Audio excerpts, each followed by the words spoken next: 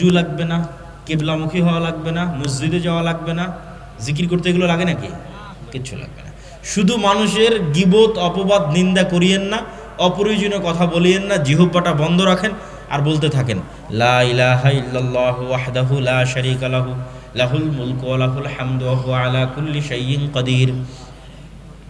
লা ইলাহা ইল্লাল্লাহ লা হাওলা ওয়া লা কুওয়াতা ইল্লা বিল্লাহ সুবহানাল্লাহি ওয়া বিহামদিহি সুবহানাল্লাহিল আযীম। মুখের উপর চড়িয়ে নেন এই কথাগুলোকে। আস্তাগফিরুল্লাহ আল্লাযী লা ইলাহা ইল্লা হুয়াল হাইয়ুল কাইয়্যুম ওয়া আতুবু ইলাইহি। সবচেয়ে সহজ ইবাদত, যা দিয়ে বেশি দ্রুত মানুষ জান্নাতে যাবে। জিহ্বা থাকবে বন্ধ, মানে মানুষের সাথে কাজে ব্যবহার হবে না, আর জিকিরে থাকবে ব্যস্ত রব্বুল আলামিনের। তাহলে একে তো শয়তানের রাস্তা কিন্তু বন্ধ হয়ে গেছে। ও তো আপনাকে দিয়ে জেনা করাতে পারবে না, হত্যা করাতে পারবে না, করাতে পারবে কি? জিহ্বা দিয়ে জাহান্নামে নিয়ে যাবে। ওটা তো বন্ধ, ওটা তো আপনি বন্ধ করে দিয়েছেন। পাশাপাশি এটাকে কাজে লেগে আপনি সহজে জান্নাতে চলে যাচ্ছেন। বলেন আল্লাহু আকবার। জিহ্বার সিয়াম শেষ। তাহলে জিহ্বা থাকবে বন্ধ, আর ওই জিহ্বায় জিকির উচ্চারণ হবে কার? আল্লাহ সুবহানাহু ওয়া তাআলার। জিকির মানে আপনাদের এই অঞ্চলের যে জিকির সেই জিকির নয়। জিকির খুব উপকারী, খুব গুরুত্বপূর্ণ। সকাল সন্ধ্যার জিকির আল্লাহর খুব প্রিয়, কিন্তু জিকির হতে হবে নবীর সুন্নাত অনুযায়ী। শুধু আল্লাহ বলে কোনো জিকির পৃথিবীতে নাই, না কোরআনে না হাদিসে। জিকির হবে অর্থবহ, পূর্ণাঙ্গ। দুটো বাক্য মনে থাকলেই হবে। জিকির হবে অর্থবহ, পূর্ণাঙ্গ। যার কোনো অর্থ নাই সেটার ব্যাপারে জিকির কি? আল্লাহু আকবার, আল্লাহ মহান, এটার অর্থ আছে, এটা পূর্ণাঙ্গ। সুবহানাল্লাহ, মহা পবিত্র মহান আল্লাহ, এটার অর্থ আছে। আলহামদুলিল্লাহ, প্রশংসা আদায় করছে আল্লাহর, এটার অর্থ আছে। লা ইলাহা ইল্লাল্লাহ, এটার অর্থ আছে। কিন্তু শুধু বললাম ইল্লাল্লাহ, এর কি অর্থ আছে? শুধু বললাম হু হু, এর কি অর্থ আছে? শয়তান যখন দেখে কোনো মানুষকে ইবাদত থেকে বিরত রাখতে পারছে না, তখন ও চিন্তা করে, একে তো ইবাদত থেকে বিরত রাখতে পারলাম না, কি করা যায়, কি করা যায়? চল একে দিয়ে বেদাত করায়। বুঝেননি মনে হয় আমার কথা? শয়তান যখন দেখে কোনো একটা মানুষকে সে সালাত থেকে, জিকির থেকে বিরত রাখতে পারতেছে না, এখন একে কেমনি জাহান্নামে নিয়ে যাবে? একটাই রাস্তা আছে, যেহেতু আর জিকিরের প্রতি প্রচুর আগ্রহ, তো ওর হাতে এমন জিকির ধরায় দাও যেটা বেদাত, তাহলে তো জাহান্নামে চলে গেল। যেহেতু আর সালাতের প্রতি প্রচুর আগ্রহ, ওকে এমন সালাত ধরিয়ে দাও যেটা বেদাত। যেহেতু আর দরুদের প্রতি প্রচুর আগ্রহ, ওকে এমন দরুদ ধরিয়ে দাও যেটা বেদাত। শয়তান মানুষের সাইকোলজি অনুযায়ী প্ল্যান চেঞ্জ করে, মাস্টার প্ল্যানে চেঞ্জিং নিয়ে আসে। যাকে দেখবে সালাতে থেকে দূরে সরানো সহজ, ও তো সালাতেই গেল না, শেষ, ওকে বেদাত করিয়ে কোনো লাভ আছে নাকি? কথা বলে না, যার বেদাত করিয়ে কোনো লাভ আছে? কোনো লাভ নাই, তো নামাজেই যায় না, আমাকে এমনি জাহান্নামে নিয়ে চলে গেছে ওকে। তাহলে বেদাত আমি করাবো কাকে? যাকে ইবাদত থেকে বিরত রাখতে পারছি না, তো ওর হাতে আরেকটা ইবাদত ধরিয়ে দাও, এটাও জিকির, হু হু করো, এটাও জিকির। ও চেয়েছিল ভালো কাজ করতে, চলে গেল জাহান্নামে। শয়তানের প্ল্যান, মাস্টার প্ল্যান। শয়তান সাইকোলজি অনুযায়ী প্ল্যান চেঞ্জ করে। আলেম ওলামাকে কোনো একটা গুনাহ দিয়ে তার জন্য জাহান্নামে নিয়ে যাওয়া খুব কঠিন। তো আলেম ওলামাকে কোন গুনাহে লিপ্ত করবে? হিংসার, অহংকার। এটা আলেম ওলামাদের জন্য সহজ। যাই আপনি দেখেন, অমুক আপনার বিরুদ্ধে এটা বলেছে, আপনার বিরুদ্ধে অমুক এটা বলেছে, শুরু হয়ে গেল। তাহলে শয়তান মাস্টার প্ল্যান চেঞ্জ করে সাইকোলজি অনুযায়ী। তাহলে শয়তানের প্ল্যানে সবচেয়ে দ্রুত জাহান্নামে নিয়ে যাওয়া যায় কোন অস্ত্র দিয়ে?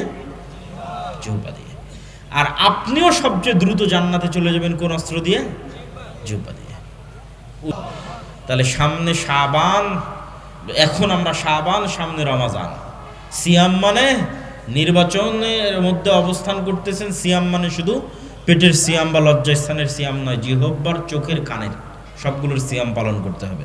না হলে শুধু না খেয়ে থাকা হবে, নেকি অর্জন হবে না। এগুলোর পিছনে অসংখ্য হাদিস আছে। শাবানে কেন সিয়াম রাখবেন? যে শাবানকে গুরুত্ব দিতে পারবে ও রমাজানকে গুরুত্ব দিতে পারবে। একটা মুসল্লি যখন দৌড়ে জামাতে অংশগ্রহণ করে, কোনো মতে একটা রাকাত পায়, তারপরে ঠক ঠক করে বাকি 3 রাকাতে সিজদা দিয়ে দৌড়ে কারাগার থেকে মুক্তি পাওয়া ব্যক্তির মতো মসজিদ থেকে বের হয়ে আসে, এই ব্যক্তি কি সালাতে কোনো আনন্দ পেতে পারে? কখনোই নয়।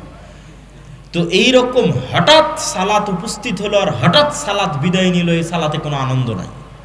হঠাৎ একদিন সকালে ঘুম থেকে উঠে শুনছি আজকে রমজান, এই রমজানকে আপনি মূল্যায়ন করতে পারবেন না, এই রমজানে আপনি তারাবি আদায় করতে পারবেন না, এই রমজানে আপনি কোরআন পড়ে শেষ করতে পারবেন না তেলাওয়াত করে, এই রমজানে আপনি দান জাকাত বের করতে পারবেন না, লাইলাতুল কদরকে মূল্যায়ন করতে পারবেন না।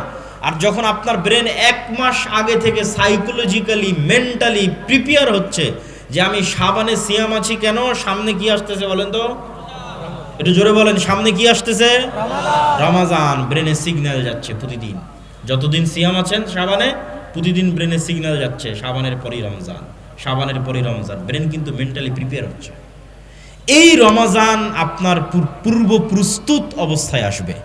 এই রমজানে আপনি সিয়াম রেখে মজা পাবেন, এই রমজানে আপনি প্ল্যান করে তারাবির সালাত আদায় করতে পারবেন, এই রমজানে প্ল্যান করে পুরো কোরআন পড়ে শেষ করতে পারবেন পুরো রমজানে, এই রমজানে লাইলাতুল কদর জাগতে পারবেন, এই রমজানে ইতিকাফ করতে পারবেন, এই রমজানে দান এবং জাকাত বের করে সম্পদকেও পবিত্র করতে পারবেন। এক রমজান কত বড় মহা নিয়ামত, এই নিয়ামতকে মূল্যায়ন করার জন্য প্রস্তুতি 1 মাস আগে থেকেই লাগবে। এই জন্য শাবানে সিয়াম পালন করে ব্রেনকে আগে থেকেই প্রস্তুত করতে হবে। শাবানে সিয়াম পালন করতে রাজি আছেন? সবাই অন্তর থেকে নিয়ত করে শক্তভাবে বলেন যে ইনশাআল্লাহ। আল্লাহ সুবহানাহু ওয়া তাআলা আমাদের কবুল করুক, বলেন আল্লাহুম্মা আমিন। একদিন যে সিয়াম পালন করলে আল্লাহর সন্তুষ্টির জন্য আল্লাহ তার চেহারাকে দূরে সরিয়ে দিবে, কোন রিওয়ায়াতে 70, কোন রিওয়ায়াতে 100, কোন রিওয়ায়াতে আসমান এবং জমিনের দূরত্ব পরিমাণ জাহান্নাম থেকে। আল্লাহু আকবার। সকল নেকির, সকল ইবাদতের নেকি পূর্ব নির্ধারিত, সিয়ামের নেকি পূর্ব নির্ধারিত নয়।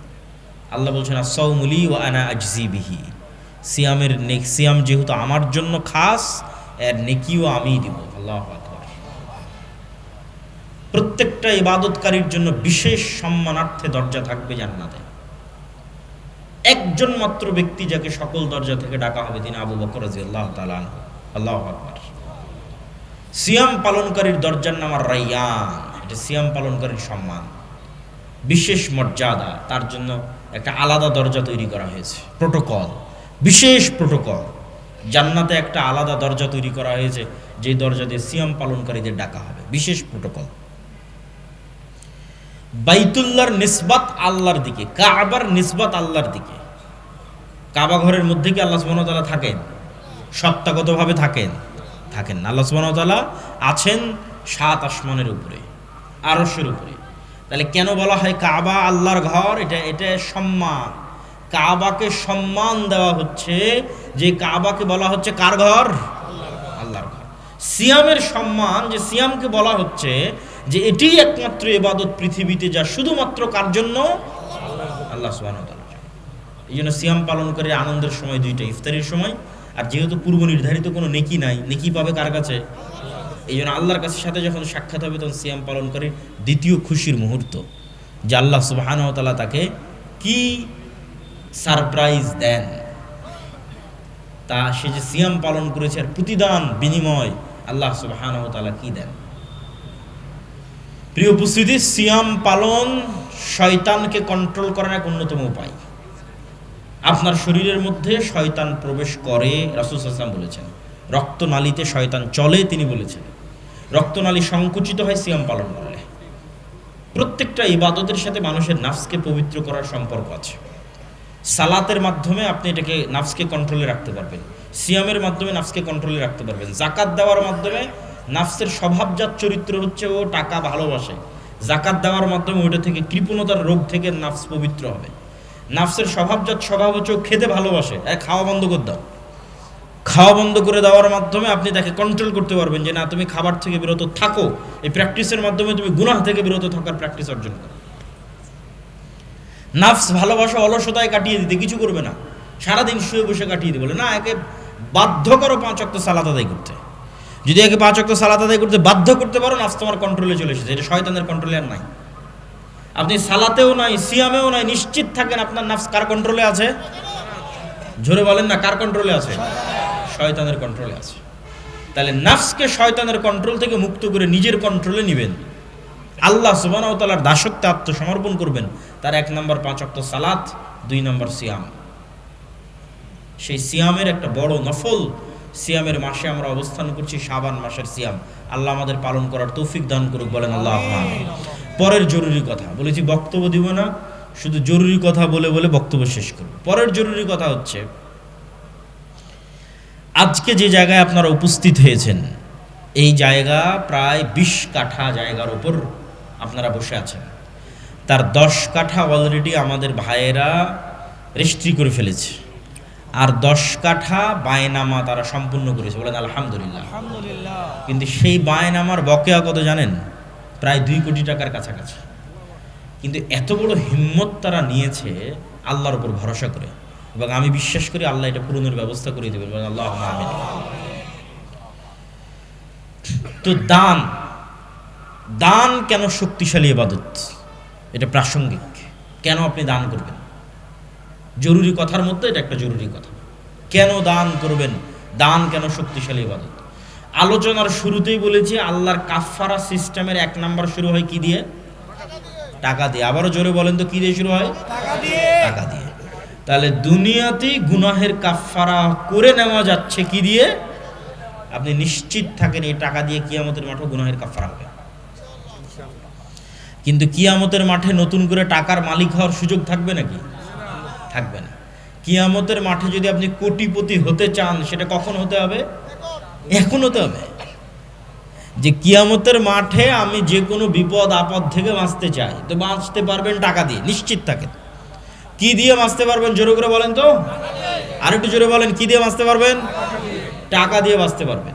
তো সেই টাকা কিয়ামতের মাঠে উপার্জন করতে পারবেন না এখন কোটিপতি হতে হবে? কিয়ামতের মাঠে কোটিপতি হতে চাইলে সেটা এখন হতে হবে। এখন কোটি টাকা ইনকাম করে আল্লাহর রাস্তায় কোটি টাকা দান করে কিয়ামতের অ্যাকাউন্টে টাকা জমা রেখে এবার কিয়ামতের মাঠে উঠছি আমি কোটিপতি অবস্থায়। তাহলে এখন কত গুনাহের কাফফারা, আর কত মানুষের হক নষ্ট, আর কত ইবাদতের কমতি, সবগুলো দান দিয়ে পূরণ করা সম্ভব। সবগুলো দান দিয়ে পূরণ করা সম্ভব। এই জন্য আল্লাহ সুবহানাহু ওয়া তাআলা বলেছেন, ইন্নাল্লাহা আশতারা মিনাল মুমিনিনা আনফুসাহুম ওয়া আমওয়ালাহুম বিআন্না লাহুমুল জান্নাহ। আল্লাহ জান্নাত বিক্রি করে দিতে চান 2 শ্রেণীর মানুষের কাছে, যারা তাদের সবচেয়ে দামি সম্পদ নিজের আত্মাকে আল্লাহর রাস্তায় কুরবানি করে দিবে, মানে জিহাদ ফি সাবিলিল্লাহ করে শহীদ হয়ে যাবে। 2 নাম্বার, যারা তাদের ধন সম্পদ দিয়ে জান্নাত কিনতে চায়। ঠিক গুলশানে প্লট বিক্রি হয় না, ফ্ল্যাট বিক্রি হয় না, আল্লাহ জান্নাতের ফ্ল্যাট সেল করছেন, আল্লাহ বিক্রেতা। এবং এটাকে আল্লাহ ব্যবসা হিসেবে নাম দিয়েছেন, হাল আদুল্লুকুম আলা তিজারাতিন তুনজিকুম। তো আমি কি তোমাদের এমন একটা ব্যবসার কথা বলবো না যেই ব্যবসা তোমাদের নাজাত দিবে জাহান্নাম থেকে? এটা ব্যবসা। আল্লাহ বিক্রি করবেন, সেল করবেন। জান্নাতের ফ্ল্যাট, জান্নাতের প্লট, জান্নাতের বাগান, জান্নাতের নদী, নালা, ঝর্ণা সব বিক্রি হবে। একটা গল্প শোনেন। একজন ব্যক্তি রাসূলুল্লাহ সাল্লাল্লাহু আলাইহি ওয়াসাল্লামের কাছে এসে বলছেন, আল্লাহর নবী, আমার বাড়ির পাশে একজন ব্যক্তির খেজুরের একটা গাছ আছে, যে খেজুরের গাছ হেলে হেলে পড়ে আমার বাড়ির মধ্যে ঢুকে গেছে। আমার ছোট ছোট বাচ্চারা সেই গাছের খেজুর পাড়ে, সেই ব্যক্তি বকাঝকা করে।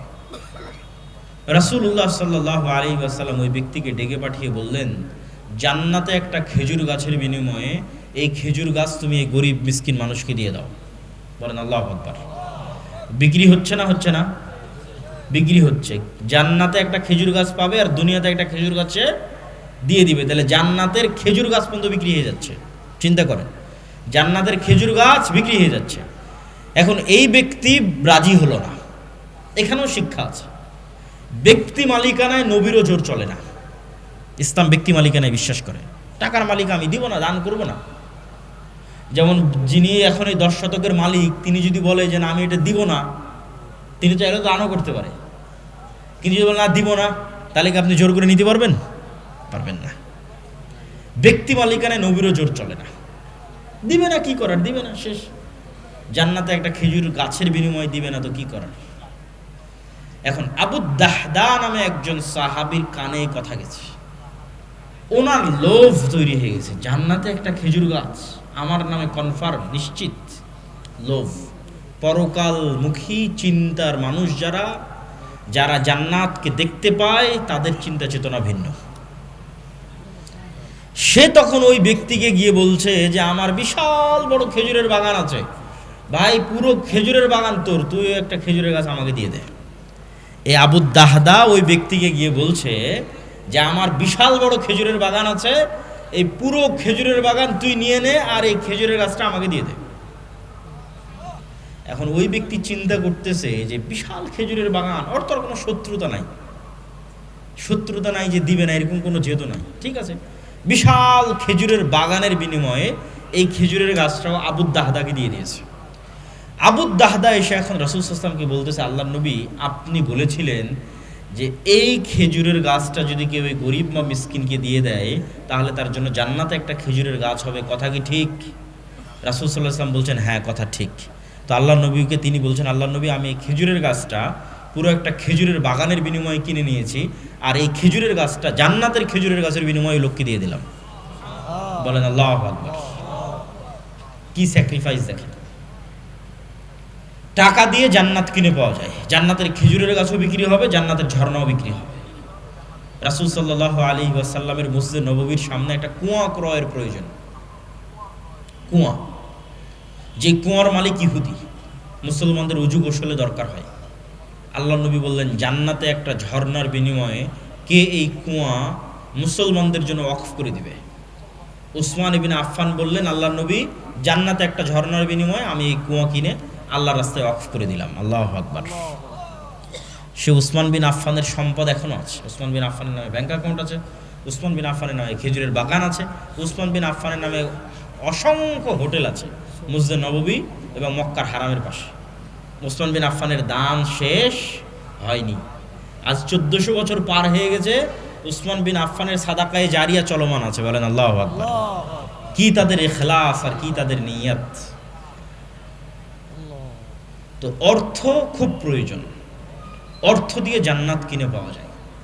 এই জন্য রাসূল সাল্লাল্লাহু আলাইহি ওয়াসাল্লাম বলেছেন দুইটা মানুষের সাথে ঈর্ষা জায়েজ, যে ইলম অর্জন করে মানুষকে বিতরণ করতেছে, আর একটা যাকে আল্লাহ টাকারও মালিক করেছে আবার আল্লাহ রাস্তায় ব্যয় করার তৌফিক দিয়েছে। কত মানুষ টাকার মালিক হয়েছে, ওই টাকা দুবাইয়ে গিয়ে শেষ করছে, কক্সবাজারে গিয়ে শেষ করছে, সেন্ট মার্টিন পার্বত্য চট্টগ্রামে গিয়ে শেষ করছে, থাইল্যান্ড ব্যাংকক সিঙ্গাপুর উড়িয়ে শেষ করে দিচ্ছে, আমেরিকা ইংল্যান্ড ইউরোপ শেষ নাই, বিনোদনে টাকা শেষ, মদ জুয়া আড্ডায় টাকা শেষ।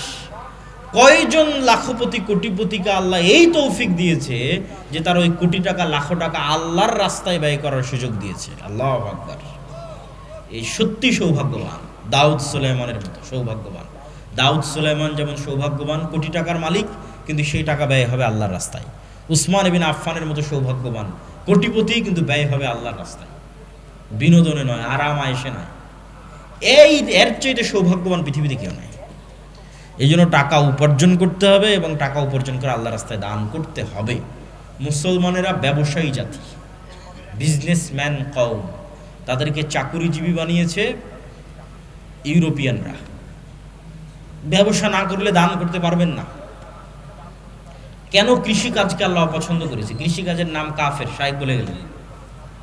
মাটিতে বীজ লুকিয়ে রাখে, আর যে কাফের সে ঈমান লুকিয়ে রাখে, আর ওই কাফের কৃষক মাটিতে বীজ লুকিয়ে রাখে। কৃষি কাজ করে দান করা কঠিন আছে।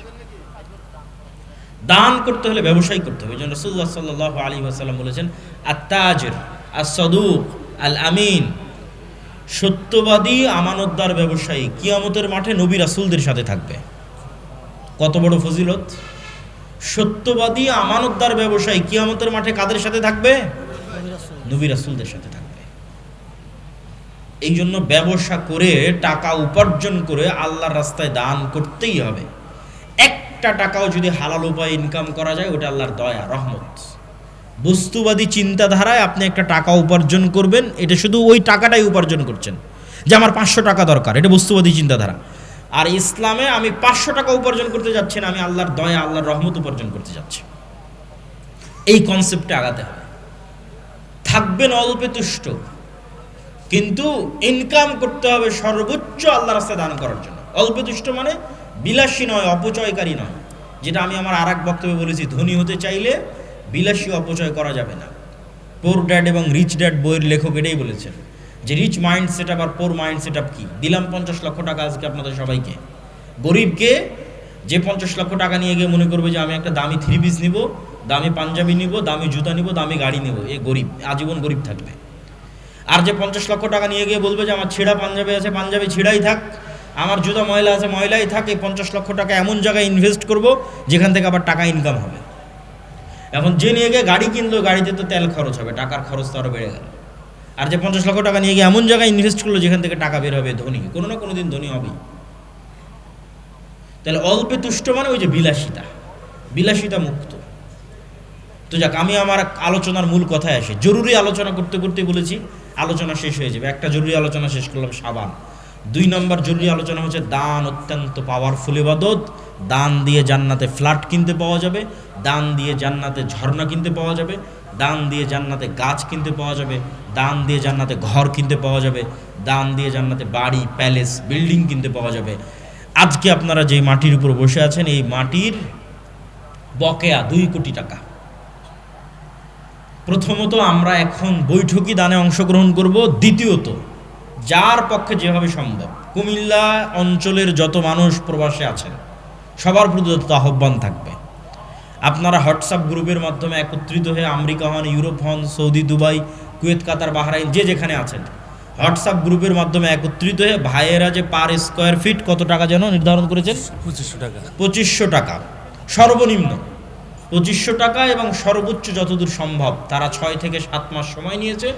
সামনে রমজান আসতেছে, এই রমজানকে সামনে রেখে এই টাকা কুমিল্লার মানুষকে আদায় করতেই হবে, বলেন ইনশাআল্লাহ। এই কুমিল্লার কোটবাড়ির ভাইয়েরা অনেক স্বপ্ন করে মেইন রোডের পাশে জামিয়া সালাফিয়া গড়ার স্বপ্ন দেখেছে। আমরা আমাদের জীবদ্দশায়, শায়েখ আব্দুর রাজ্জাক বিন ইউসুফের জীবদ্দশায় এত দামি জমি কেউ জামিয়া সালাফিয়াকে দেয়নি। কুমিল্লার মানুষ যত দামি দামি জমি জামিয়া সালাফিয়াকে দিয়েছে। আল্লাহ কুমিল্লার মানুষকে কবুল করুক, বলেন আল্লাহুম্মা আমিন। তাই এই বাকি কাজটুকু আর আপনারা অধুরা রাখবেন কেন? তাই কুমিল্লার যে যেখানে আছেন